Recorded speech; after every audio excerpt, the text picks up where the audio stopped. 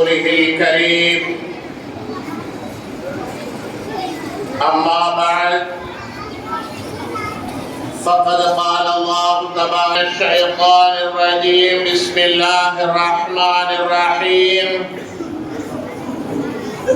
يهب لمن يشاء إناثا ويهب لمن يشاء الذكور أو يزوجهم ذكرانا وإناثا ويجعل من يشاء عقيما صدق الله العلي العظيم. قال النبي صلى الله عليه وسلم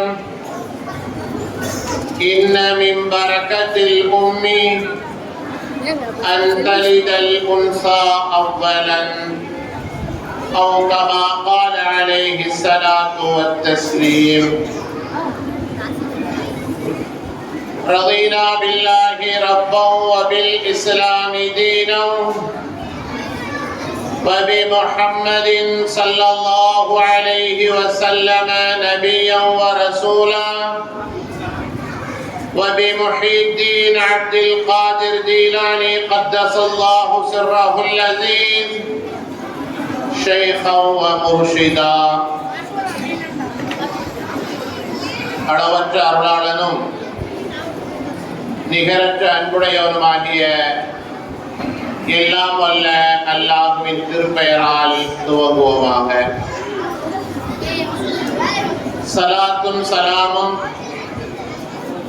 ஹஸ்ரத் சையதுனா முஹம்மதுர் ரசூலுல்லாஹி ஸல்லல்லாஹு அலைஹி வஸல்லம் அவர்கள் மீதும் அவர்களை பின்பற்றி வாழ்ந்த சத்திய சஹாபாக்கள், தாபீன்கள், தபவு தாபீன்கள், இமாம்கள், இன்று உலகத்திலே பல்வேறு பகுதியில் வாழக்கூடிய முஸ்லிம் சமுதாய மக்கள், குறிப்பாக பள்ளப்பட்டி அல் மதரசத்துல் இர்ஷாதியா காட்டுக்காரச்சி மர்ஹூம் ஹாஜி ஷாஹுல் அமீன் சாஹிப், ஹாஜியா கமருன் நிசா அவர்களின் நினைவாக நடைபெறக்கூடிய தர்பியத்துன் நிஸ்வான் மற்றும் மக்தபுகள், ஹிஃப்து பிரிவு மற்றும் ஆலிம் பிரிவு மதரசாக்களுடைய 7ஆம் ஆண்டு நிறைவு விழா, 1ஆம் ஆண்டு பட்டமளிப்பு விழாவில் கலந்து கொண்டிருக்கக்கூடிய நம் எல்லோரின் மீதும் அல்லாஹ்வின் அன்பும் அருளும் என்றென்றும் நின்று நீங்கான நிலவட்டுமாகுக. ரப்புல் ஆலமீன் அல்லாஹ் ஜல்ல ஷானஹு தஆலா நமக்கும் நம்முடைய சந்ததிகளுக்கும் நீண்ட ஆயுளையும் நிறைவான செல்வத்தையும் நோயற்ற வாழ்வையும் குன்றாத மன நிம்மதியையும் சம்பூர்ணமான ஈமானிய பாக்கியத்தையும் தந்தருள் புரிவாராக. கண்ணியத்திற்கும் மரியாதைக்கும் உரிய இந்த விழாவின் தலைவர், அருமை நண்பர், நமதூர் வடக்கு பள்ளியின் தலைமை இமாம் முகமது யஹ்யா ஹசரத் யூசுஃபி பெருந்தகை அவர்களே, ஷாநகர் பள்ளிவாசலின் தலைமை இமாம் அருமை சகோதரர் மௌலானா அப்துல் ரஹ்மான் ஹசரத் சிராஜி அவர்களே, இந்த மதரசாவை எல்லா வகையிலும் சிறப்போடு நடத்தி கொண்டிருக்கக்கூடிய அருமை சகோதரர் முகமது இர்ஷாத் ரஹீமி ஹசரத் உள்ளிட்ட உலமா பெருமக்களே, மதரசாவினுடைய நிர்வாக பெருமக்களே, சமூகம் தந்திருக்கக்கூடிய பெரியோர்களே, தாய்மார்களே, விழா நாயகர்களாக வீற்றிருக்கக்கூடிய இளம் ஆலிமாக்களே, மக்தப் மதரசாவின் மாணவ மாணவிகளே, அல்லாஹ்வுடைய அருளின் காரணமாக ஒரு சிறப்பான விழா பல்வேறு முயற்சிகளுக்கு பிறகு இங்கே நடந்தேறிக் கொண்டிருக்கிறது. எனக்கு முன்னர் பல உலமாக்கள் பல்வேறு கருத்துக்களை குர்ஆன் ஹதீஸுடைய வெளிச்சத்திலே மிக தெளிவாக நமக்கு பதிவு செய்தார். பெண்களை நாம் எப்படி நடத்தி கொள்ள வேண்டும், அவர்கள் நடந்து கொள்ள கொள்ள வேண்டும். அதே போன்று அண்ணலாருடைய பெயர் சொல்லப்படுகிற போது பூமானின் மீது ஸலவாத்து சொல்ல வேண்டும். குழந்தைகளை நாம் எப்படி வளர்க்க வேண்டும் என்பன போன்ற செய்திகள் எல்லாம் மிக தெளிவாக இங்கே பதிவிடப்பட்டது. அதை தொட்டிய சில செய்திகளை இன்ஷா அல்லாஹ் சொல்லலாம் என்று ஆசைப்படுகிறேன். அன்பானவர்களே, ரப்புல் ஆலமீன் நமக்கு வழங்கி இருக்கக்கூடிய பாக்கியங்களிலேயே மிகப்பெரிய பாக்கியம் குழந்தை பாக்கியம். ரப்புல் ஆலமீன் எல்லோருக்கும் இந்த பாக்கியத்தை வழங்குவதில்லை. அவன் யாருக்கு விரும்புகிறானோ அவர்களுக்கு தான் கொடுக்கிறான். குர்ஆன் ஷரீஃபிலே ஒரு வசனம் இப்படி வருகிறது: தம்பதியரை ரப்புல் ஆலமீன் 4 வகைகளாக வகைப்படுத்துகிறார். யஹபு லிமன் யஷாஉ இனாஸா, அவன் விரும்பியவர்களுக்கு பெண் குழந்தைகளை அல்லாஹ் கொடுக்கிறான். இது முதல் பிரிவு. வயஹபு லிமன் யஷாஉ ذுகூர், அவன் விரும்புகிறவர்களுக்கு ஆண் குழந்தைகளை மாத்திரம் அல்லாஹ் கொடுக்கிறான். இது இரண்டாவது சாரா.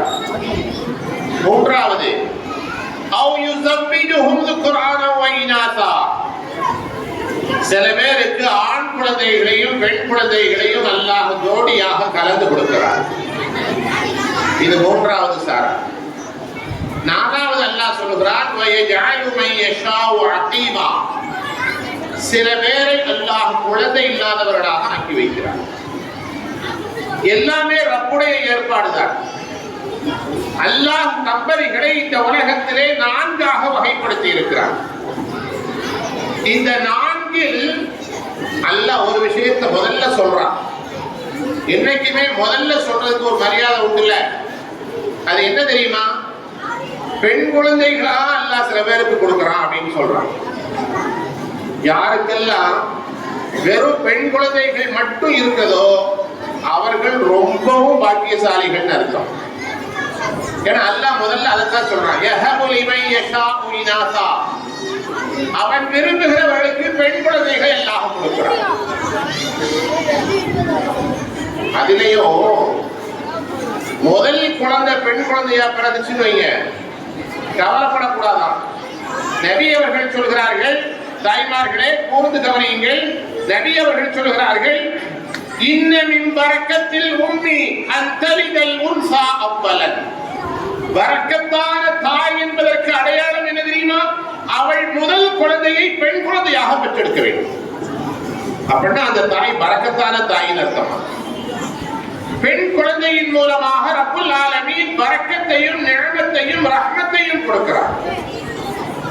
இப்படி சொன்ன உடனே ஆண் குழந்தை பெற்றவங்க எல்லாம் கவலைப்பட வேண்டியதில்லை. அதிலேயும் ஒரு நிஅமத் இருக்கு. ஏன்னா நபி ஸல்லல்லாஹு அலைஹி வஸல்லம் அவர்களுக்கு ரப்புல் ஆலமீன் முதல் குழந்தையாக ஆண் குழந்தையை தான் கொடுத்தார். அவங்க பேரு காசிம் ரலியல்லாஹு அன்ஹு என்று பெயர். அதனால் தான் குமார் ஸல்லல்லாஹு அலைஹி வஸல்லம் அவர்களை அபுல் காசிம் ஸல்லல்லாஹு அலைஹி வஸல்லம், காசிமின் தந்தை என்று அழைக்கிறோம். ஆண் குழந்தை பெற்றவர்களும் உயர்வானவர்கள் தான். தஃப்சீர்களிலே சுருக்கமாக சொல்கிறார்கள், ஆண் குழந்தை என்பது நிஅமத், பெண் குழந்தை என்பது ரஹ்மத். ஆண் குழந்தை என்பது அல்லாஹ் தந்த பாக்கியம், பெண் குழந்தை என்பது அல்லாஹ் தந்த வரம், அருள். சரி, சில பேருக்கு குழந்தை அல்லாஹ் கொடுக்கலையே, அவங்களுக்கு ரஹ்மத்து பரக்கத்துல ஒண்ணும் கிடையாதா அப்படின்னா அப்படி கிடையாது. அல்லாஹ் அவர்களுக்கு வேறு பாக்கியங்களை கொடுப்பான். ஏன் தெரியுமா? நபிகளாருடைய எல்லா குழந்தைகளும் அன்னை கதீஜா ரலியல்லாஹு அன்ஹா அவர்களின் மூலமும் மாரியத்துல் கிப்தியா அவர்களின் மூலமாகத்தான் பிறந்ததே தவிர நபிகளாருடைய பிற மனைவிகளின் மூலம் நபிகளாருக்கு எந்த குழந்தையும் இல்லை. அதனால் இந்த உலகத்திலே அவர்கள் அல்லாஹ்வுடைய அருளை விட்டு இறந்தவர்கள் என்று நாம் சொல்லிவிட முடியாது. ரப்புல் ஆலமீன் ஒவ்வொருவருக்கும் ஒரு பாக்கியத்தை கொடுக்கிறான். அதிலே உயர்ந்த பாக்கியம் பெண் குழந்தைகளை கொடுப்பது. அந்த பெண் குழந்தைகளை எவ்வளவு பக்குவமாக நாம் வளர்க்க வேண்டும் என்பதைத்தான் உலகம் முழுக்க இருக்கக்கூடிய மதரசாக்கள் போதிக்கிறது. அந்த வரிசையிலே அல் மதரசத்துல் இர்ஷாதியாவும் தன்னுடைய கடமையை திறம்பட செய்து கொண்டிருக்கிறது. ஆண் குழந்தையை எப்படியாவது வளர்த்துடலாம், ஆனா பெண் குழந்தைகளை வளர்த்து பாதுகாக்கிறதுங்கிறது சாதாரணமான விஷயம் கிடையாது. வரலாற்றில் ஒரு செய்தி வருகிறது. எனக்கு முன்னர் பேசிய உலமாக்கள் எல்லாம் அதை ஜாடை மாடையாக லேசாக சுட்டிக்காட்டினார்கள். இன்றைய காலம் சில விஷயங்களை நாம் கவனமாக இருக்க வேண்டும், பாதுகாக்க வேண்டும் என்றெல்லாம் சொன்னார்கள்.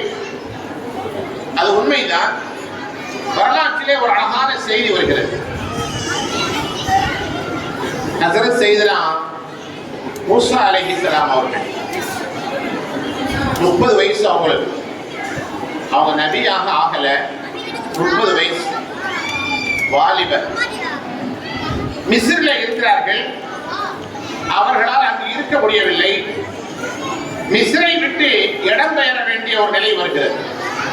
ஹிஜ்ரத்னு சொல்றோம்ல, நம்ம நபி ஸல்லல்லாஹு அலைஹி வஸல்லம் மக்கத்துல் முக்கர்ரமாவுல இருந்து மதீனத்துல் முனவ்வரா போற மாதிரி இன்னும் சில நபிமார்கள் ஹிஜ்ரத் போயிருக்கிறாங்க. அதுல சையதுனா மூசா அலைஹிஸ்ஸலாம் அவர்களும் ஒருத்தர். இப்ப மிஸ்ர்ல இருந்து மூசா அலைஹிஸ்ஸலாம் ஹிஜ்ரத் போகிறார்கள். அல்லாஹ்வுடைய அழைப்பை பெற்று போகிறார்கள். அல்லாஹ்வுடைய அனுமதியை பெற்று போகிறார்கள். எங்கே போகிறார்கள்? மதீனா நகரை நோக்கி போகிறார்கள். வரலாறு வருகிறது, மிஸ்ரில் இருந்து அவர்கள் மதீனா போகுவதற்கு சற்றேறக்குறைய 8 நாட்கள் பிடித்தது. 8 நாட்கள் பயணப்பட்டு இளைஞர் மூசா 30 வயதை நிரம்பியவர், நபித்துவம் கிடைக்கப்படாதவர் பயணமாகி கொண்டிருக்கிறார். இடையிலே அழகான ஒரு காட்சி. தூரத்தில் இருந்து பார்க்கிறார், ஒரு கிணறு இருக்கிறது. அந்த கிணத்தை சுற்றி பல மனிதர்கள் இருக்கிறார்கள். தண்ணீர் இறைத்து தான் குடிக்கிறார்கள். தங்களுடைய கால்நடைகளுக்கு தண்ணீர் புகட்டி கொண்டிருக்கிறார்கள். இளைஞர் மூசா நெருங்கி போகிறார். வந்தவர்கள் எல்லாம் அந்த வேலையை முடித்துவிட்டு கடந்து போகிறார்கள். தூரத்திலே பார்த்தால் 2 பெண்கள். 2 பெண்கள் தனிமையாக நிற்கிறார்கள். ஒரு மரத்தடியிலே ஒதுங்கி நிற்கிறார்கள். இளைஞர் மூசா பார்க்கிறார், வந்தவர்கள் எல்லாம் போய்விட்டார்கள், அந்த பெண்கள் தனியாக நிற்கிறார்கள். இவருடைய உள்ளத்திலே ஒரு இறக்கம் வருகிறது. அங்கே போய் கேட்கிறார், ஏனம்மா நீங்க தனியா நிற்கிறீங்கன்னு கேட்டார். என்னங்க நிற்கிறீங்க? உங்களுடைய கால்நடைகள் எல்லாம் நீங்கள் வைத்துக் கொண்டு ஏன் நீங்கள் நிற்கிறீர்கள் என்று கேட்டார். உடனே அந்த 2 பெண்களும் சொன்னாங்க, எங்களுடைய கால்நடைகளுக்கு நீர் புகட்டுவதற்காக நாங்கள் வந்தோம். ஆனால் எங்களுக்கு முன்னர் இந்த கிணற்றிலே இருந்து நீர் இறைத்து எல்லோருக்கும் வழங்கியவர்கள் போகிற போது நாங்க 2 பொம்பளை பிள்ளைங்க தனியா இருக்கணும் பார்த்துட்டு எங்களை கிண்டலும் கேலியும் பண்றதாக நினைச்சு இந்த கிணற்றை ஒரு பெரும் பாறாங்கல்லை வைத்து மூடிவிட்டு போய்விட்டார்கள். எங்களால் என்ன செய்வது என்று தெரியவில்லை. இப்போது தண்ணீர் புகட்ட வேண்டும், பாறாங்கல்லை தூக்க வேண்டும். நாங்கள் பெண் குழந்தைகள், எங்களால் முடியாது, தவித்து நிற்கிறோம். சொன்ன போது இளைஞர் மூசா தனி ஆளாக அந்த பாறாங்கல்லை தூக்கி வைத்தார். ஒரு 5-6 பேர் 7-8 பேர் சேர்ந்து ஒரு கிணற்று 3 அளவுக்குண்டான பெரிய பாறாங்கல்லை தூக்கி வைத்தார்கள். ஆனால் தனி இளைஞர் மூசா அந்த கல்லை அகற்றினார். வரலாறுல வருகிறது, தப்சீரில் எழுதப்பட்டிருக்கிறது, நீர் மேலே வந்தது. மிக விரைவாக அவர்கள் நீர் புகட்டி விட்டு இல்லத்துக்கு போய்விட்டார். அந்த இளைஞர் கேட்கிறாரு, உங்க வீட்டுல யாருமே இல்லையா? ஆண்கள்லாம் யாரும் இல்லையா? அபூனா ஷைഖுல் கபீர், எங்க அத்தா இருக்கிறாங்க, அவங்க வயசானவங்க, அவங்களால வர முடியாது, அதனாலதான் நாங்க வந்திருக்கிறோம்னு சொன்னாங்க. வீட்டுக்கு போயிட்டாங்க. அந்த 2 பெண் குழந்தைகளும் தன்னுடைய கால்நடைகளை அழைத்துக் கொண்டு இல்லம் போய்விட்டார்கள். வீட்டுல இருக்கிற வயசானவங்க கேட்டாங்க, தந்தை கேட்டாங்க, ஏன் இவ்வளவு சீக்கிரமா வந்துட்டீங்க? எப்பவும் தாமதமாகும், இன்னைக்கு சீக்கிரமா வந்துட்டீங்களேன்னு கேட்டாங்க. அப்போது நடந்த கதையை சொன்னார். அந்த 2 பெண்கள்ல ஒருத்தர் தன்னுடைய தந்தையிடம் பேசிய கதையை அல்லாஹ் குர்ஆனில் சொல்கிறார். قالت إحداهما يا أبت استأجره إن خير من استأجرت القوي الأمين. என்னுடைய தந்தை அவர்களே, அந்த 2 பெண்களில் ஒருவர் சொன்னார், யா அபத் இஸ்தஅஜிரு, ஒருத்தரை நாங்க பார்த்தோம், அவரை வேலைக்கு வச்சுக்கலாம் நாங்க நினைக்கிறோம், நீங்க நம்ம வீட்டுக்கு வேலைக்கு வச்சுக்கங்க. ஏன் தெரியுமா? அவரிடத்தில் 2 ஆற்றலை நாங்கள் பார்த்தோம். அல் கவியுல் அமீன், பலம் உள்ளவராக இருக்கிறார், நம்பகமானவராக இருக்கிறார்.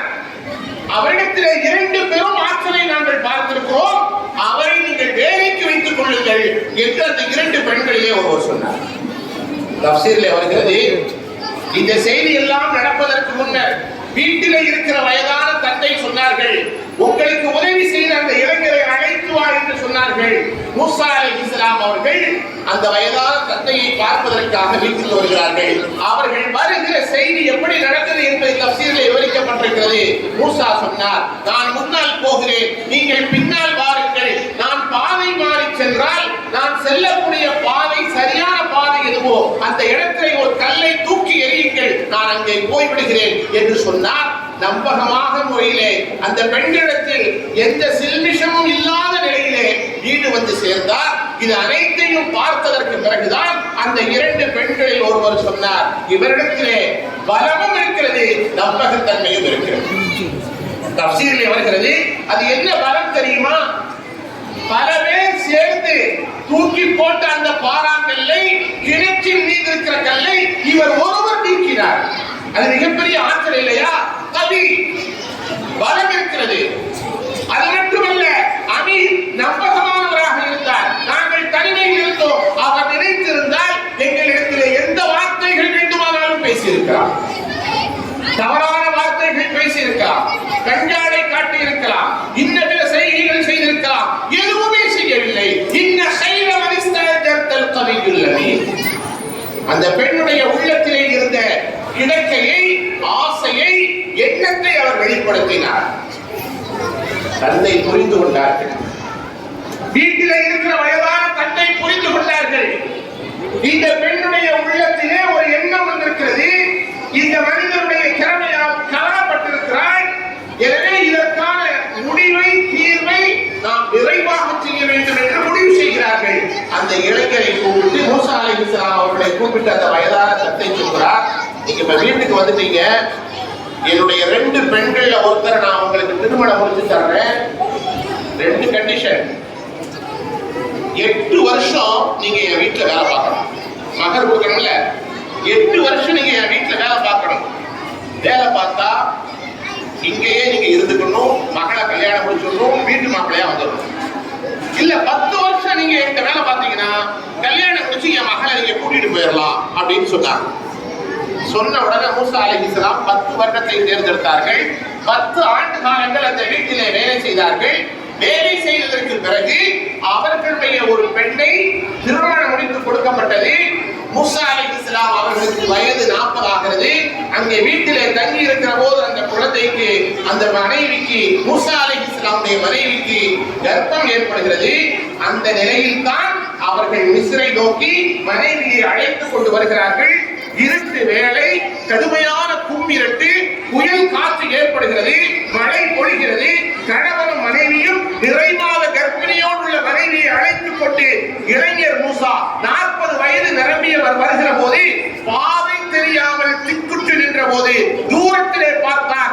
ஏதோ வெளிச்சம் தெரிகிறது என்று நினைத்தார். நான் போய் நெருப்பு வாங்கி வருகிறேன் என்று போனவர் அங்கே தௌராத்தை வாங்கி வந்தார். மூசா அலைஹிஸ்ஸலாம் அவர்கள் ரப்புல் ஆலமீன் உயர்தரமான சிறப்பை கொடுத்தார். அந்த மூசா அலைஹிஸ்ஸலாம் அவர்களுக்கு பெண் கொடுத்தவர் தான் ஹஜ்ரத் சையதுனா ஷுஐப் அலைஹிஸ்ஸலாம் என்று வரலாறு கருதுகிறது. நாம் யோசிக்க வேண்டிய செய்தி, பெண் குழந்தைகளை வளர்க்கிறோம், ஆண் குழந்தைகளை வளர்க்கிறோம். இஸ்லாம் சொல்லக்கூடிய, குர்ஆன் சொல்லக்கூடிய அழகான காதல் கதை இது. சில நேரங்களிலே நம்முடைய பக்கத்து வீட்டு பையன், பக்கத்து வீட்டு பெண் அவருடைய திறமையை பார்த்து, அவருடைய அழகை பார்த்து, அல்லது வேறு ஏதேனும் சிந்தனைகளை நோக்கி அவர்களுக்கு ஒரு ஈர்ப்பு ஏற்படுமானால் அந்த நேரத்திலே பெற்றோர்கள் எப்படி நடந்து கொள்ள வேண்டும் என்ற அழகான வழிகாட்டு நெறிமுறையை இந்த வரலாறு நமக்கு சொல்கிறது. பெண்ணாக இருப்பவள் நேரடியாக பேசுவதை தவிர்த்து பெற்றோர்களுக்கு செய்திகளை சொல்ல வேண்டும், தப்பில்லை. எனக்கு ஒரு சிந்தனை வருது, எனக்கு ஒரு யோசனை வருது, நான் இப்படி நினைக்கிறேன், 10th நானும் ஒன்னா படிச்சோம், ஏதோ ஒரு சிந்தனை வருது, நீங்க பாருங்க, சொல்லலாம், தப்பில்லை. ஷுஐப் அலைஹிஸ்ஸலாமுடைய மகள் அப்படித்தான் சொன்னார்கள்.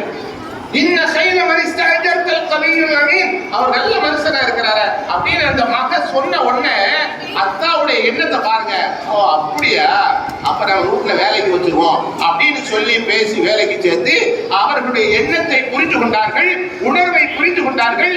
ஷரீஅத்துக்கு உட்பட்டிருக்கக்கூடிய வழிகளிலே அந்த காரியங்கள் அனைத்தையும் நிறைவாக செய்து வைத்தார். ஒரு பெண் குழந்தை எப்படி வளர்க்கப்பட வேண்டும் என்பதற்கான தெளிவான சூழ்நிலையை ஷுஐப் அலைஹிஸ்ஸலாம் செய்தார். 2 பெண் குழந்தைகளை தனியாக அனுப்பினார்கள். அவர்களுக்கு நம்பிக்கை இருந்தது, என் குழந்தை எங்கே போனாலும், எவ்வளவு தூரத்திற்கு போனாலும், எந்த வேலைக்கு போனாலும் அவள் பாதை மாறி போக மாட்டாள் என்ற எண்ணம் ஷுஐப் அலைஹிஸ்ஸலாமுடைய உள்ளத்திலே இருந்தது. அதனால் தான் அனுப்பினார்கள். அப்படி நம்முடைய குழந்தைகளையும் நாம் நம்பிக்கையோடு வளர்க்க வேண்டும். அதற்கான அடிப்படையை தான் மக்தப் மதரசாக்கள், நிஸ்வான் மதரசாக்கள் செய்து கொண்டிருக்கிறது.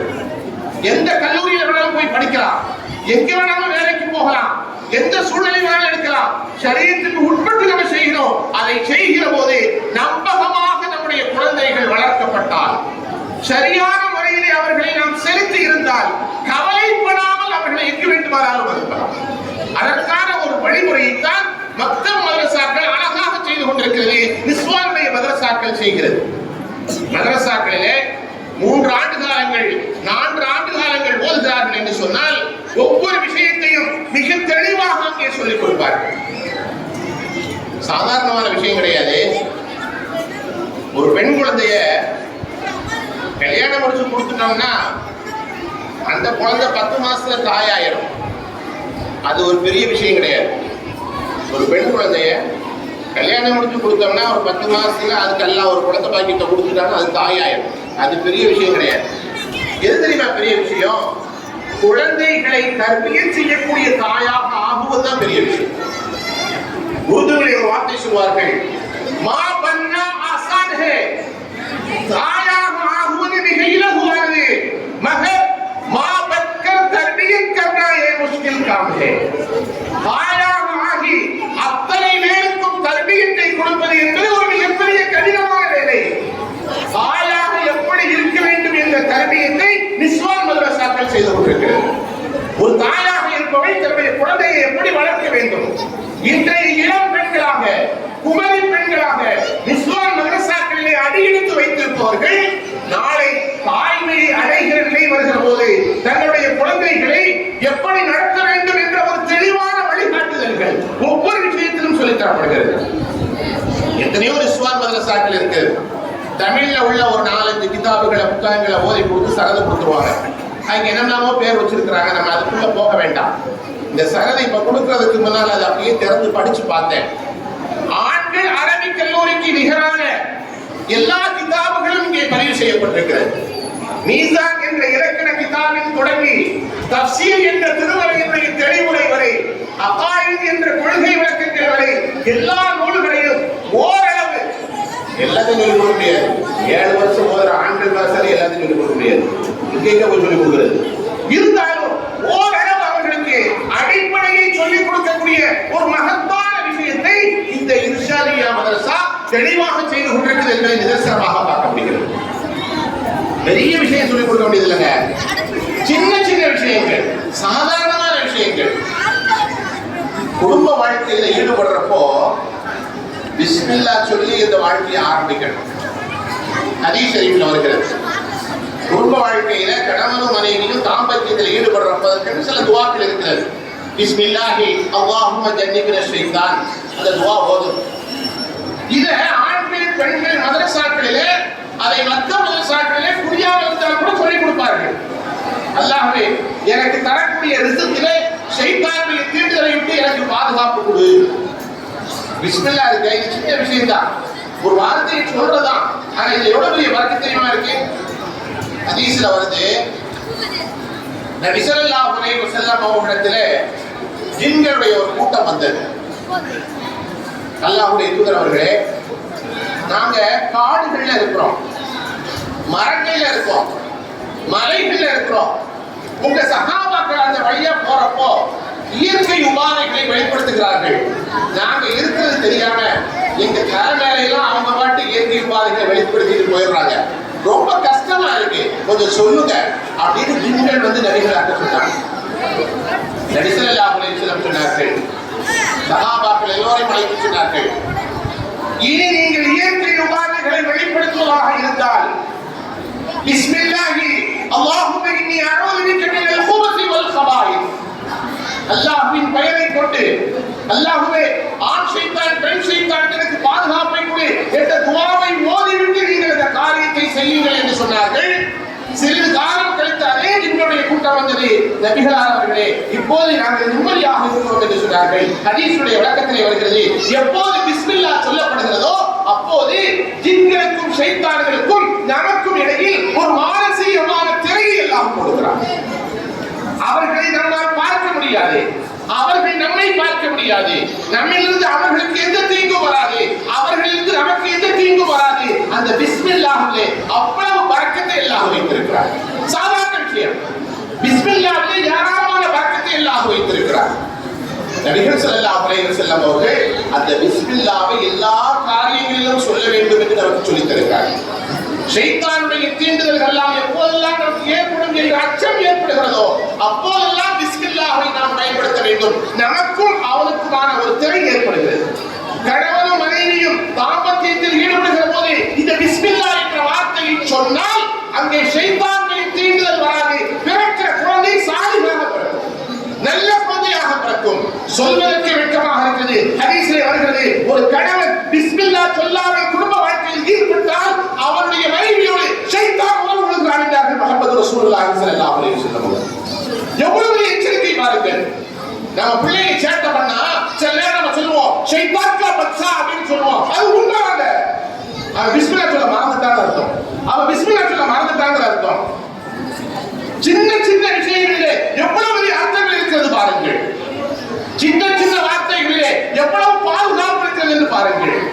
இதையெல்லாம் குழந்தைகளிலிருந்து கொஞ்சம் கொஞ்சமாக மதரசாக்கள் அவர்களுடைய உள்ளங்களிலே புகுத்திக் கொண்டே இருக்கிறது.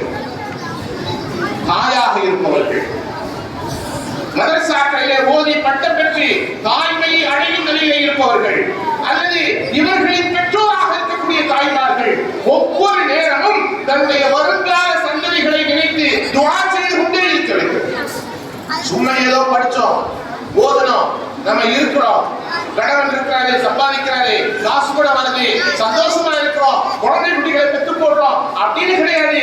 அந்த குழந்தையின் ஒவ்வொரு அசைவிலும் அமைதியிலும் கவனம் செலுத்திக் கொண்டே இருக்க வேண்டும். அந்த குழந்தைக்காக துஆ செய்து கொண்டே இருக்க வேண்டும். பைத்துல் முகத்தஸினுடைய அரங்காவலர் இம்ரானுடைய மனைவி அல்லாஹ்விடத்திலே துஆ செய்தார், இன்னி உஇதுஹா பிக வ துர்ரியதஹா மினஷ் ஷைத்தானிர் ரஜீம். கர்ப்பமுற்றிருந்த நேரத்தில் இம்ரானுடைய மனைவி கேட்ட துஆ குர்ஆனிலே வருகிறது, இன்னி உஇதுஹா பிக வ துர்ரியதஹா மினஷ் ஷைத்தானிர் ரஜீம். ரப்பே, நான் கர்ப்பமுற்றிருக்கிறேன், என் வயிற்றில் இருக்கிற குழந்தைக்கு ஷைத்தானுடைய தீண்டுதல் வரக்கூடாது. இவளுக்கு மாத்திரமல்ல, இந்த குழந்தைக்கு மாத்திரமல்ல, இவர்களுடைய சந்ததிகளையே தீண்டக்கூடாது, இவர்களுடைய பாரம்பரியத்தையே தீண்டக்கூடாது. அவர்கள் கேட்ட துஆவின் விளைவுதான் புண்ணியவதி மரியம் அலைஹிஸ்ஸலாம் அவர்களை இம்ரானுடைய மனைவி பெற்றெடுத்தார்.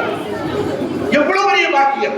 ஈசா அலைஹிஸ்ஸலாம் அவர்களை பெற்றெடுக்கக்கூடிய புண்ணியவதியாக அந்த மரியம் மாறினார்கள். ஃபதகப்பலஹா ரப்புஹா பிகபூலின் ஹஸனின் வ அம்பதஹா நபாத்தன் ஹஸனா.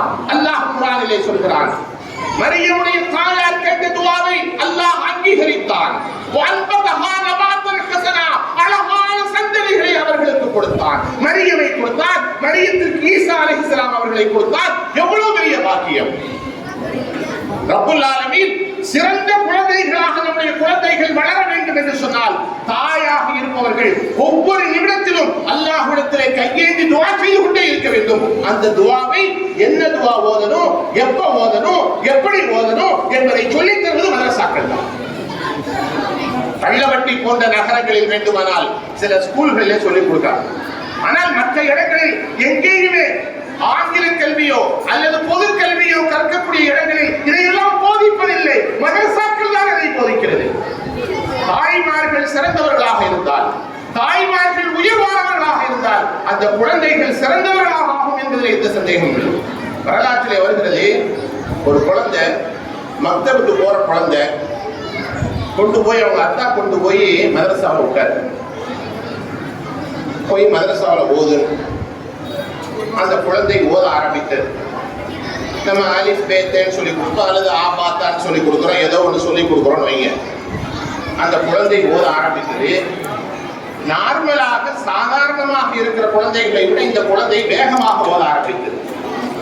சில குறிப்பிட்ட நாட்களிலேயே குர்ஆனை முடித்து குர்ஆனை மரணம் செய்ய ஆரம்பித்து 3 ஜுஸுகளை மனப்பாடம் செய்து விட்டது.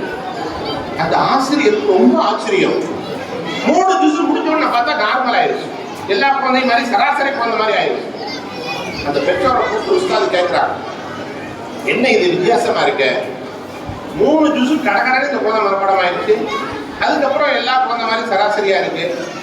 அவர் சொன்னாரு, எனக்கு அதெல்லாம் தெரியாது, உங்க மனைவிட்ட போய் கேட்டுவாங்க. மனைவிட்ட போய் கேட்கிறார், என்ன நடந்துச்சு? அந்த தாய் சொல்கிறார்கள், இந்த குழந்தையை நான் கர்ப்பமற்றிருக்கிற போது குர்ஆன் ஷரீஃபை ஓதிக்கொண்டே இருந்தேன். 10 மாத காலங்களிலே 3 ஜுஸுக்களை நான் மனப்பாடம் செய்து விட்டேன். 3 ஜுஸுக்களை நான் ஹாஃபிஸாவாக ஆக்கிக் கொண்டேன். அந்த பரக்கத்து தான் ரப்புல் ஆலமீன் இந்த குழந்தைக்கு கொடுத்து விட்டார். இந்த குழந்தையை 3 ஜுஸுக்களை மிக குறுகிய காலத்தில் மனப்பாடமாக்க வைத்தார். எவ்வளவு பெரிய ஆச்சரியமான செய்தி பாருங்கள். கர்ப்பத்திலே இருக்கிற குழந்தை எப்படி வளர வேண்டும் என்பதை மிக சரியாக தாய்மார்கள் திட்டமிட வேண்டும். அந்த திட்டமிடுதலை மதரசாக்கள் சொல்லித் தருகிறது. சாதாரணமான விஷயம் அல்ல. நம்ம என்ன குர்ஆன் ஷரீஃபை ஓதுறோம், நம்ம டிவியை போட்டு உட்கார்ந்துட்டு அல்லது மொபைல் போன்ல ஏதாவது நாடகம் சீரியல் எல்லாத்தையும் பார்த்துட்டு இருக்கோம். எல்லா இடங்களையும் சொல்ற விஷயம் தான். அதனாலதான் இந்த ஸ்கூல்ல ஆண்டு விழாலாம் வைக்கும்போது பாத்தீங்கன்னா மற்ற சப்ஜெக்ட்டுக்குலாம் நிறைய ப்ராக்டிஸ் கொடுக்கணும். இந்த டான்ஸ் ப்ரோக்ராம் வச்சாங்கன்னா அதுக்கு ப்ராக்டிஸே கொடுக்க வேண்டியதில்லை. ஏன்னா வயிற்றுக்குள்ள பிள்ளைய வச்சுட்டு இந்த அம்மா டிவியில டான்ஸ் தான் பார்த்துட்டே இருக்கிறா, கொண்டு போய் விட்டோம்னா அது எப்படி வேணாலும் ஆடும். ரப்புல் ஆலமீன் கர்ப்பத்திற்குள்ளே இருக்கிற போதே அந்த குழந்தையை உருவாக்குகிறார். அதற்கு தகுதியான தாயாக ஒவ்வொரு பெண்மணியும் மாற வேண்டும். அந்த விஷயத்தை தான் அழகாக நிஸ்வான்கள் நமக்கு சொல்லித் தருகிறது. இது ஏதோ கற்பனையா அவங்க சொல்லி இவங்க சொல்லி அவங்க கதை இவங்க கதை அல்ல. குர்ஆன் ஷரீஃபிலே இந்த செய்தி உண்மைப்படுத்தப்படுகிறது. குர்ஆன் ஷரீஃபிலே வருகிறது, அலம் தர கைஃப ஃபஅல ரப்புக பி அஸ்ஹாபில் ஃபீல். அல்லாஹ் கேட்கிறார், நபியே அலம் தர கைஃப, நீங்கள் பார்க்கவில்லையா? ஃபஅல ரப்புக பி அஸ்ஹாபில் ஃபீல், யானை படையை அல்லாஹ் என்ன செய்தார் என்று நீங்கள் பார்க்கவில்லையா என்று அல்லாஹ் கேட்கிறார். குர்ஆன் ஷரீஃபிலே நம்ம எல்லாத்துக்கும் தெரிஞ்ச அலம் தர கைஃப சூரா தெரியும்ல. கஅபத்துல்லாஹை இடிப்பதற்காக அப்ரஹாவுடைய படை வருகிறது, யானை படை வருகிறது. இது எப்ப நடந்துச்சு தெரியுமா? ஹஜ்ரத் ரசூலுல்லாஹி ஸல்லல்லாஹு அலைஹி வஸல்லம் பிறப்பதற்கு சற்றேறக்குறைய 6 மாதங்களுக்கு முன்னர் நடந்தது. 5 மாதங்களுக்கு முன்னர் நடந்தது. நபி அவங்க பிறக்கல. யானை படை வருகிறது என்ற செய்தி கேள்விப்பட்ட உடனேயே கர்ப்பிணியாக இருந்த ஆமினா அம்மையார் ஒரு குன்றின் மீது நின்று கொண்டார்கள். நம்மளை சேர்ந்து தாக்கிடுவாங்க. நிறைய பேர் போய் ஏறினாங்க. அதுல ஆமினா அம்மா ஒருத்தர். படையெல்லாம் வந்து அல்லாஹ் அபாபில்லாம் அனுப்பி கல்லெல்லாம் போட்டு எல்லாம் ஒழிச்சதுக்கு அப்புறம் மக்கள் இறங்கி வந்தாங்க. அல்லாஹ் கேட்கிறான், அலம் தர, நபியே நீங்கள் பார்க்கவில்லையா என்று கேட்கிறான். நபியே நீங்கள் அறியவில்லையா என்று ஒரு அர்த்தம் சொல்லலாம். உங்களுக்கு தெரியாதா அப்படின்னு கேட்கலாம். ஆனா நேரடி அர்த்தம் சொல்லுறாருக்கா, ரஹா யரான பார்த்தாங்கிற அர்த்தம். அல்லாஹ் கேட்கிறான், அலம் தர, நபியே நீங்கள் பார்க்கவில்லையா? உங்க அம்மா வயிற்றுல உட்கார்ந்து குன்றின் மீது நின்று கொண்டு வெளியில என்ன நடக்குதுங்கிறத நீங்க பார்க்கத்தானே செஞ்சீங்க என்று அல்லாஹ் கேட்கிறார். கர்ப்பத்தில் இருக்கிற குழந்தை வெளியில் நடப்பதை பார்க்கிறது. கர்ப்பத்தில் இருக்கிற குழந்தை வெளியில் நடப்பதை கேட்கிறது. அப்படியானால் ஒவ்வொரு தாயும் இளமை பருவத்திலிருந்து நம்முடைய சந்ததிகளை எப்படி வளர்க்க வேண்டும், வார்த்தெடுக்க வேண்டும் என்ற சரியான புரிதலோடு நடக்க வேண்டும். அந்த புரிதலைத்தான் நிஸ்வான் மதரசாக்கள் தருகிறது. ஹதீஸ் ஷரீஃப்ல வருது, நம்முடைய முன்னோர்கள் நபிமார்கள், வலிமார்கள், சூஃபியாக்கள் நம்மை விட்டு மறைந்து விட்டார்கள் என்றால் அவங்க போய் ஜியாரத் செய்ய போகும். ஜியாரத்னா தெரியுதில்ல என்ன அர்த்தங்க? மௌத்தா போறவங்களை சந்திக்கிறதுன்னு அர்த்தம். முலாக்காத் அப்படின்னு சொன்னாங்க உயிரோட இருக்கிறவங்க சந்திக்கிறது அர்த்தம். மௌத்தான போவை சந்திக்க போகணும். அந்த ஜியாரத்துக்கு எப்படி நிக்கணுங்கிறது ஹதீஸுடைய விளக்கத்திலே வருது. ஆதாபு ஜியாரத் அப்படின்னு சொல்லிட்டு மிஷ்காத் ஷரீஃபுடைய விரிவுரை முர்காத்தில் எழுதியிருக்கிறாங்க. வடக்கும் தெற்குமா தான் மையத்தை அடங்கியிருப்பாங்க. எல்லா ஊர்லயும் அப்படித்தான். வடக்க தலை இருக்கும், தெற்க கால் இருக்கும். ஜியாரத் செய்ய போறவங்க கபரை முன்னோக்கி கிப்லாவை பின்னோக்கி நிற்க வேண்டும், கால் மாட்டிலே நிற்க வேண்டும். ஹதீஸுடைய விளக்கத்திலே வருகிறது, கால் மாட்டில் போய் நின்று நம்ம ஓத ஆரம்பிச்சோம்னா உள்ள அடங்கி இருக்கிறவருக்கு நம்ம ஏற்கனவே அறிமுகமானவராக இருந்தா நம்ம யார் வந்திருக்கிறோம் என்பதை அவர் பார்க்கிறார். அறிமுகம் இல்லாதவராக இருந்தால் யாரோ ஒரு முஸ்லீம் நமக்கு துவா செய்ய வந்திருக்கிறார் என்று அவருக்கு தெரிவிக்கப்படுகிறது. ஹதீஸுடைய விரிவுரைகள் எழுதப்பட்டிருக்கிறது. கர்ப்பத்திலே இருக்கிற குழந்தையும் பார்க்கிறது, கபருக்குள்ளே இருக்கிற மையத்தும் பார்க்கிறது. ரப்புல் ஆலமீன் ஏராளமான விஷயங்களை இந்த சமுதாயத்திற்கு தருகிறார். நம்ம ஏதோ அரசல் புரசலா இப்படி அப்படியுமா கேட்டு பல விஷயங்களை கடந்து போய் கொண்டிருக்கிறோம். ஆனால் ஒவ்வொரு விஷயத்திலும் ஆழமான கருத்துக்களை நமக்கு தருகிறது. இதை நிச்சயமாக ஆண்கள் பெண்கள் அரபிக் கல்லூரிகள் தான் போதிக்க முடியும். இஸ்லாம் மதரசாக்கள் பெண் குழந்தைகளுக்கு இந்த விஷயத்தை மிக தெளிவாக சொல்லித்தர முடியும். ஹதீஸிலே வருகிறது, வரலாற்றிலே வருகிறது, ஒரு தாய் ஒரு பெண் மார்க்கம் உள்ளவளாக தீனை தெரிந்தவளாக ஆகிவிட்டாள் என்று சொன்னால் ரப்புல் ஆலமீன் இரண்டு விதமான நன்மைகளை தருகிறார். ஒன்று, அந்த தாய் முழுக்க முழுக்க அல்லாஹ்வுடைய நினைவிலேயே இருக்கக்கூடிய பாக்கியத்தை தருகிறார். இன்னொன்று, தன்னுடைய குழந்தையையும் அல்லாஹ்வுடைய நினைவிலே வளர்க்கிற பாக்கியத்தை தருகிறார். எங்க ஆம்பளைங்க நம்ம என்ன எல்லா நேரமும் ஒன்னாவா உட்கார்ந்து இருக்கிறோம்? பூனாவுக்கு போறோம், நாசிக்கு போறோம், தமிழ்நாட்டில் எல்லா இடத்துக்கும் போறோம், இந்தியாவில் எல்லா பகுதிகளுக்கும் போறோம். நம்முடைய வேலை பிசினஸ் தான். ஒரு பெரிய வியாபாரி நம்ம ஊரை சார்ந்தவர் தான் என்ன சொன்னாரு, என் பையன் எந்த ஸ்கூல்ல படிக்கிறான்னு எனக்கு தெரியாது, நம்ம ஊர்ல எல்லாம் கடை வச்சிருக்கிறாங்க. அவர் சொல்றாரு, எந்த ஸ்கூல்ல படிக்கிறான்னு எனக்கு தெரியாது, எல்லாம் அவங்க பார்த்துக்குவாங்க. இவருக்கு அதுக்கு நேரமே இல்லை. பர்ச்சேஸ் பண்ணணும், இருக்கிற 5000 கடைக்கு நம்ம நிர்வாகம் பார்க்கணும், வேலையாட்களுக்கு சம்பளம் கொடுக்கணும், அவங்களுக்கு சாப்பாடு கொடுக்கணும், இதுதான் இவருடைய வேலை. முழுக்க முழுக்க பெண்கள் தான் நிர்வகிக்கிறார்கள். அப்படியானால் பெண்களிடத்திலே மார்க்கத்தை கொடுத்து விட்டால், தீனை கொடுத்து விட்டால், சரியான இடத்திலே அந்த குழந்தையை கொண்டு போய் நிறுத்துவதற்குண்டான பக்குவம் அவர்களுக்கு வரும். தாய்ப்பாசம் இருக்கிறது, அது சாதாரணமான விஷயம் இல்லை. இந்த உலகத்திலே தாய்ப்பாசத்திற்கு நிகராக எதுவுமே கிடையாது. வரலாற்றில் வருகிறது, அன்னை ஆயிஷா சித்திகா ரலியல்லாஹு அன்ஹா அவர்கள் நபிகளுடைய இல்லத்தில் இருக்கிறார்கள். 2 குழந்தைகளோடு ஒரு தாய் வருகிறார். அம்மா பசிக்கிறது, ஏதாவது கொடுங்கள் என்று கேட்டார். ஆயிஷா அம்மா தேடி பார்க்கிறார்கள், வேற ஒண்ணுமே இல்ல, பேரிச்சம்பழம் சாப்பிட்டு இருந்தாங்க. ஒரு 3 பேரிச்சம்பழம் இருந்தது. 2 குழந்தை தாய் தூக்கி 3ஐயுமே கொடுத்துட்டாங்க. கொடுத்துட்டு ஆயிஷா அம்மா கவனித்து பார்க்கிறார்கள். ஹதீஸிலே வருகிறது, வரலாற்றிலே வருகிறது, 2 பேரிச்சம்பழத்தை 2 குழந்தைகளுக்கும் தாய் கொடுத்தார். இந்த பக்கத்துல ஒரு குழந்தை, இந்த பக்கத்துல ஒரு குழந்தை வாங்கி சாப்பிடுச்சு. 3வது பேரிச்சம்பழத்தை தான் சாப்பிடலாம் அப்படின்னு வாயில வைக்க போறப்போ அந்த 2 குழந்தையும் இப்படியே பார்த்தது, தாயை பார்த்தது. அதுவும் கிடைக்காதா என்று பார்த்தது. அந்த தாய் என்ன செய்தா தெரியுமா, அந்த ஒன்றையும் 2ஆக பிளந்து 2 குழந்தைகளுக்கு ஊட்டிவிட்டார். அன்னை ஆயிஷா ரலியல்லாஹு அன்ஹா இதை பார்த்துக் கொண்டே இருந்தார்கள்.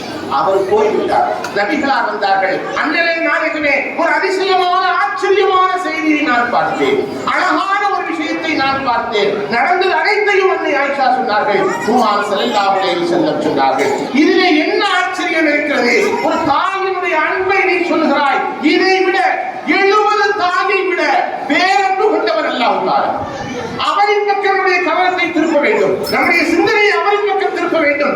சில பல நேரங்களில் சந்தர்ப்ப சூழலின் காரணமாக, கெட்ட சகவாசத்தின் காரணமாக, பல்வேறு நட்புகளின் காரணமாக, கூடா நட்புகளின் காரணமாக ஏதேனும் தப்பு தவறுகள் செய்திருந்தால் கூட ரப்புல் ஆலமீன் மன்னிக்க போதுமானவனாக இருக்கிறார், அருள் செய்ய போதுமானவனாக இருக்கிறார். அல்லாஹ்வோடு இணையுங்கள் என்றார்கள் குர்ஆன் ஸல்லல்லாஹு அலைஹி வஸல்லம்.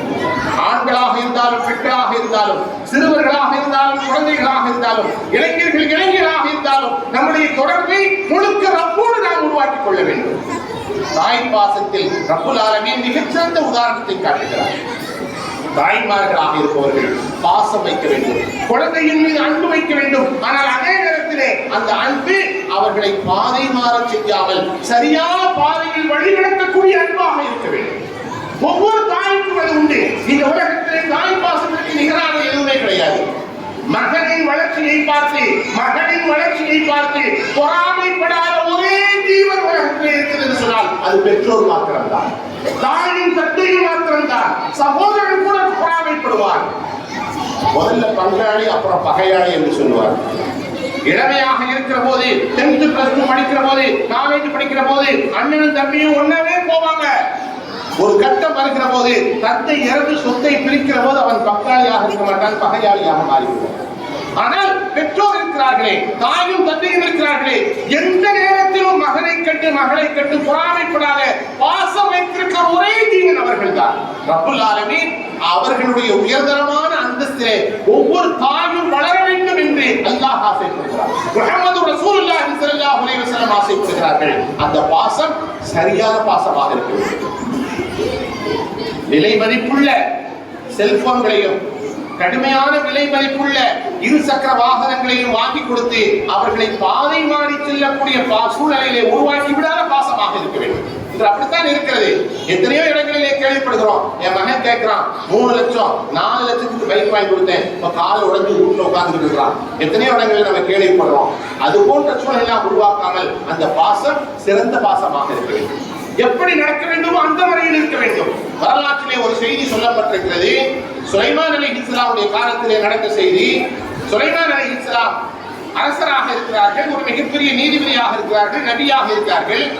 அவர்களுடைய காலத்திலே 2 பெண்கள் காட்டு வழியாக பயணம் சென்று கொண்டிருந்தார்கள். அவர்கள் இருவருடைய கைகளிலும் 2 பச்சிளம் குழந்தைகள் இருந்தது. காட்டு வழி பயணம், எந்த துணையும் இல்லை, யாரும் இல்லை. திடீரென்று மழை பெய்தது, புயல் காற்று வீசியது, சூறாவளி அடித்தது. யார் எங்கே இருக்கிறார் என்று தெரியாமல் ஆகிவிட்டது. சில மணி நேரங்கள் கழித்ததற்கு பிறகு பார்த்தால் இருவருடைய கையிலும் ஒரு குழந்தை தான் இருந்தது. இன்னொரு குழந்தை எப்படியோ காணாமல் போய்விட்டது, எப்படியோ தவறிவிட்டது. 2 தாய் இருக்கிறாங்க, ஒரு குழந்தை இருக்கு, பச்சில குழந்தை. 2 பேருமே ஏன் குழந்தைன்னு சொல்றாங்க. 2 பேருமே ஏன் குழந்தை. அரசருக்கு செய்தி வருகிறது. சுலைமான் அலைஹிஸ்ஸலாம் விசாரிக்கிறார்கள். என்ன நடந்துச்சுன்னு கேட்கிறாங்க, ஆதாரத்தை கேட்கிறாங்க. எந்த ஆதாரமும் இல்லை. 2 பேருமே சொல்றாங்க இது ஏன் குழந்தை. 2 பேருமே சொல்றாங்க இது ஏன் குழந்தை. சுலைமான் அலைஹிஸ்ஸலாம் கொஞ்ச நேரம் அமைதியாக இருந்தார்கள். அமைதியாக இருந்ததற்கு பிறகு தீர்ப்பு சொன்னார்கள். நீங்கள் உங்களுடைய வாதத்திலே பிடிவாதமாக இருக்கிறீர்கள், உங்களுடைய வாதத்திலே நீங்கள் சற்றும் தளராமல் இருக்கிறீர்கள். எனக்கு வேறு வழி தெரியவில்லை. அரசு காவலாளிகளை நான் அழைக்கிறேன். இந்த குழந்தையை 2ஆக நான் பிளந்து உங்கள் இருவருக்கும் சரி பாதியாக நான் தந்து விடுகிறேன்.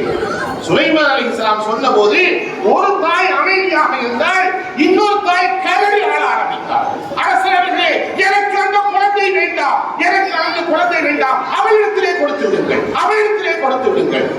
சுலைமான் அலைஹிஸ்ஸலாம் கேட்டாங்க, என்னமா இது, இவ்வளவு நேரம் ஏன் குழந்தை ஏன் குழந்தைன்னு சொல்லிக்கிறீங்க, இப்ப அவள்கிட்ட கொடுத்துருன்னு சொல்றீங்க. அந்த தாய் சொல்றது, அரசர் அவர்களே, அது உண்மையில் என் குழந்தைதான். நீங்கள் எடுத்திருக்கிற தீர்ப்பு தவறானதாக நான் உணர்கிறேன். அவளிடத்தில் இருந்தாலாவது அது என்னிடத்தில் வளராமல் போகட்டும். என் குழந்தை உயிரோடு இருக்கிறது என்று நான் பார்த்துக் கொண்டிருப்பேன், நான் ரசித்துக் கொண்டிருப்பேன், பேசிக் கொண்டிருப்பேன். அவளை வைத்துக் கொள்ளட்டும் என்று சொன்னபோது சுலைமான் அலைஹிஸ்ஸலாம் புரிந்து போனார்கள். இவளுடைய குழந்தைதான் இந்த தீர்ப்பை எழுதி அவளுக்கு குழந்தையை கொடுத்தார். தாய்மை என்பது, தாய்ப்பாசம் என்பது உயர்தரமான பாசம். ஒவ்வொரு குழந்தைகளையும் மிக உச்சத்திலே கொண்டு போய் வைக்கிற பாசம். உண்மையில் நம்முடைய குழந்தைகள் மீது நாம் வைக்கிற பாசம் உண்மையாக இருக்குமானால் அந்த குழந்தைகளை சரியான பாதையில் நாம் நடத்த வேண்டும், உயர்தரமான பாதையில் நடத்த வேண்டும். பாசம் என்பது, மஹப்பத் என்பது அவர்கள் பாதை மாறி செல்வதற்கு நாம் அளித்து விடக்கூடாது. குழந்தைகள் மீது அன்போடு இருக்க வேண்டும். சின்ன குழந்தைகளோ பெரிய குழந்தைகளோ, எவ்வளவு பெரியதாலும் நம்முடைய குழந்தைகள், அந்த குழந்தைகள் மீது அன்பை வெளிப்படுத்த வேண்டும். சில பெற்றோர் பார்த்தீங்கன்னா எப்ப பார்த்தாலும் சிடு சிடுன்னு விடுவது. எங்க எதிர்த்து அவன் சொல்லுவதை கேட்கவா செய்யறான், அவன் சொல்றதை கேட்க மாட்டான். எப்ப பார்த்தாலும் போன நோண்டிக்கிட்டே இருக்கான், எப்ப பார்த்தாலும் ஏதாவது ஒண்ணு பண்ணிக்கிட்டே இருக்கிறான், ஏதாவது ஒண்ணு சொல்லிக்கிட்டே இருக்கிறான். கோபத்தை கொப்பளிப்பது. ஹஜ்ரத் ரசூலுல்லாஹி ஸல்லல்லாஹு அலைஹி வஸல்லம் அவர்கள் இந்த முறையை நமக்கு சொல்லித் தரவில்லை. நம்முடைய குழந்தைகளை கட்டுப்படுத்த வேண்டும், பாசத்தை வெளிப்படுத்த வேண்டும், அன்பை சொல்ல வேண்டும், அரவணைக்க வேண்டும். அதே நேரத்தில் அவர்களை உயர்ந்த தர்பியத்திலே கொண்டு வர வேண்டும். இந்த விஷயங்களை எல்லாம் மதரசாக்களில் தான் போதிக்க வேண்டும். மிகச்சிறந்த விஷயங்கள் எல்லாம் சொல்ல முடியும். குழந்தையின் மீது அவ்வளவு அன்பை குர்ஆன் ஸல்லல்லாஹு அலைஹி வஸல்லம் வைத்தார்கள். நம்முடைய பேர குழந்தை ஹசன் ஓடோடி வருகிறார். முஹம்மது ரசூலுல்லாஹி ஸல்லல்லாஹு அலைஹி வஸல்லம் அவர்களை நோக்கி வருகிறார். குர்ஆன் ஸல்லல்லாஹு அலைஹி வஸல்லம் ஹசனை தூக்கி முத்தமிட்டார்கள். ஹசன் ரலியல்லாஹு அன்ஹு தூக்கி முத்தமிட்டார்கள். சஹாபாக்கள் குழுமி இருந்த சபை.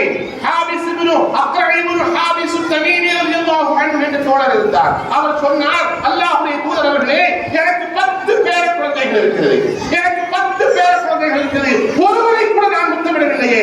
உமார் ஸல்லல்லாஹு அலைஹி வஸல்லம் சொல்கிறார்கள், ஒரு உள்ளத்திலே இருந்து அல்லாஹ் இரக்கத்தை எழுதிவிட்டால் யார் என்ன செய்ய முடியும்? அல்லா யர்ஹமு லா யுர்ஹம், இரக்கம் காட்டாதவர்கள் அல்லாஹ் இரக்கம் காட்டவே மாட்டார். எனவே குழந்தைகளின் மீது அன்பை வெளிப்படுத்துங்கள், நேசத்தை வெளிப்படுத்துங்கள், அவர்களோடு நீங்கள் இணைந்து வாழுங்கள். இணைந்துதான் அவர்களை சரி செய்ய வேண்டுமே தவிர கோபத்தை கொப்பளித்து தாறுமான வார்த்தைகளை பேசி தவறான வார்த்தைகளை பேசி வன்மமுள்ள பெற்றோர்களாக ஆகிவிடக்கூடாது. சில நேரங்களிலே தாயினுடைய வன்மையான வார்த்தையின் மூலமாக, தந்தையினுடைய கடுமையான வார்த்தையின் மூலமாக சில குழந்தைகள் தன்னுடைய உயிரை கூட நீட்டுக் கொள்ளக்கூடிய செய்தி பல இடங்களில் நடந்து கொண்டிருக்கிறது. 10th படிக்குது என் பிள்ளை, +2 படிக்குது என் பிள்ளை, ஒன்றுமே படிக்கிறது இல்லை, இவெல்லாம் எங்க போய் மூப்பட போறான் அப்படின்னு அந்த வார்த்தைகளை சொல்லுகிற போது அது வன்மமாகி தனிமையில் இருக்கிற போது தற்கொலைகள் தூண்டுகிறது. உமார் ஸல்லல்லாஹு அலைஹி வஸல்லம் அவர்கள் இது போன்ற நிலையை நமக்கு எந்த நேரத்திலும் கற்றுத்தரவில்லை. இந்த விஷயங்களை எல்லாம் மதரசாக்கள் தான் போதிக்கிறது. செய்தா உமர் இப்னு கத்தாப் ரலியல்லாஹு அன்ஹு காலத்திலே நடந்த ஒரு செய்தி. ஒரு தந்தை தன்னுடைய மகனை அழைத்து கொண்டு வருகிறார். அல்லாஹ்வுடைய தூதர் அவர்களே, இவன் என் பேச்சு கேட்கவே மாட்டேங்கிறான், எனக்கு அடக்கவே மாட்டேங்கிறான், நான் ஒரு வாசையில சொல்றதா இருந்தா எனக்கு அடக்கவே மாட்டேங்கிறான், இவனை ஏதாவது புத்தி சொல்லுங்க என்று உமரிடத்திலே கொண்டு வந்து அந்த தந்தை சொன்னார். ஒரு வழக்கு வந்தா 2 தரப்பையும் விசாரிக்கணும்ல. உமர் ரலியல்லாஹு அன்ஹு கொஞ்சம் பார்த்துட்டே இருந்தாங்க. உமர் ஏதோ தன்னை கேட்க தோணுது அப்படிங்கிறத மகன் புரிந்து கொண்டார். மகன் பேசுகிறார், கலீஃபா அவர்களே, நான் சில செய்திகள் உங்களிடத்திலே சொல்லவா என்று கேட்டார். சொல்லு. நான் அந்த பையன் சொன்னா, என்னுடைய தந்தை என் மீது குற்றச்சாட்டை வைத்திருக்கிறார், ஆனால் அவருடைய கடமையிலிருந்து அவர் தவறிவிட்டார். எனக்கு பேர் வச்சிருக்கிறாரு. என்ன பேர் தெரியுமா வச்சிருக்கிறாரு? ஜுஅல் என்று பெயர் வைத்திருக்கிறார். ஜுஅல் என்றால் மலத்தை ஊட்டக்கூடிய வண்டு என்று அர்த்தம். எனக்கு ஜுஅல்னு பேர் வச்சிருக்காரு. நல்ல பேர் வைங்க நபி அவங்க சொல்லியிருக்கிறாங்க, அர்த்தமுள்ள பேர் வைங்கன்னு சொல்லியிருக்கிறாங்க, அப்துல்லா அப்துல் ரஹ்மான் பேர் வைங்கன்னு சொல்லியிருக்கிறாங்க. இவரு எனக்கு ஜுஅல்னு பேர் வச்சிருக்கிறார். எங்க அம்மா யார் தெரியுமா? ஒரு யூத பெண்மணி. அவர் முஸ்லிமோடு திருமணத்தை மேற்கொள்ளவில்லை. 3வது, இதுவரை எனக்கு குர்ஆனில் இருந்து ஒரு வாசகத்தை கூட சொல்லித் தரவில்லை, ஒரு வார்த்தை கூட சொல்லித் தரவில்லை. உமர் ரலியல்லாஹு அன்ஹு எல்லாத்தையும் கேட்டு தந்தையை கூப்பிட்டாங்க. அட அறிவு கொண்டவனே, நீ எல்லாம் இப்படி நடந்துட்டு உன் மகபால குற்றச்சாட்டுகள் வந்திருக்க, போய் நீ ஒழுக்கமாக இரு என்று அவர்களை கண்டித்ததாக வரலாறு. ஒரு தாயும் தந்தையும் எப்படி நடக்க வேண்டும் என்ற ஒரு தெளிவான வழிகாட்டுதலை நம்முடைய ஷரியத் மிக அழகாக சொல்லித் தருகிறது. எல்லா விஷயங்களிலும் நாம் கவனமாக இருக்கிற போதுதான் அல்லாஹ்விடத்திலே நெருக்கமற்றவர்களாக ஆக முடியும். அது அனைத்தையும் இந்த மதரசாக்கள் செய்து கொண்டிருக்கிறது.